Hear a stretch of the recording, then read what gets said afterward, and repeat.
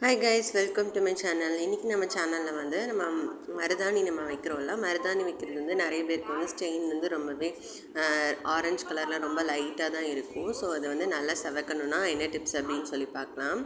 இப்போ மருதாணி இலை வந்து இந்த மாதிரி ஜாரில் வந்து அரைக்கும்போது வந்து ஒரு 3-4 கிராம்பு போட்டுக்கலாம்.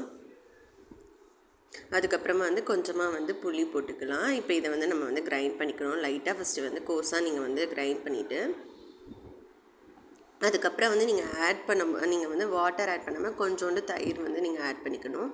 ஆட் பண்ணி நீங்கள் வந்து கொஞ்சமாக அந்த மாதிரி நல்லா மையாக வந்து அரைச்சிக்கிடணும்.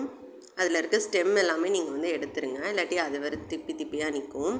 ஸோ அதை எடுத்துடணும். எடுத்துகிட்டு இந்த மாதிரி நல்லா மையாக அரைச்சிட்டு இங்கே பார்த்திங்கன்னா நான் அரைச்ச உடனே நல்லாவே செவந்துருச்சு.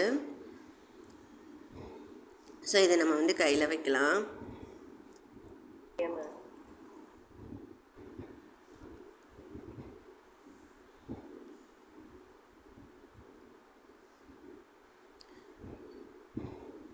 நீங்கள் அரைச்சதும் வந்து அந்த கலர் வந்து உங்களுக்கு வரணுன்னா கொஞ்சம் ஒரு 5 to 10 மினிட்ஸ் வந்து அரைச்சதை வந்து அப்படியே வச்சுருங்க. அப்போ தான் உங்களுக்கு அந்த கலர் வந்து நல்லா பிடிக்கும்.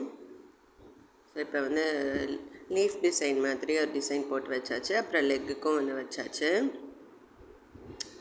நம்ம நைட்டு வச்சோன்னா காலையில் ஒரு 6 ஹவர்ஸ்க்கு அப்புறம் நம்ம வந்து வாஷ் பண்ணிடலாம்.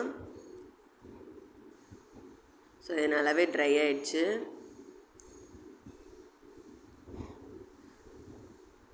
ஸோ மார்னிங் ஸ்டெயின் பாருங்கள் எவ்வளோ நல்லா செவந்திருக்கு அப்படின்னு சொல்லிட்டு.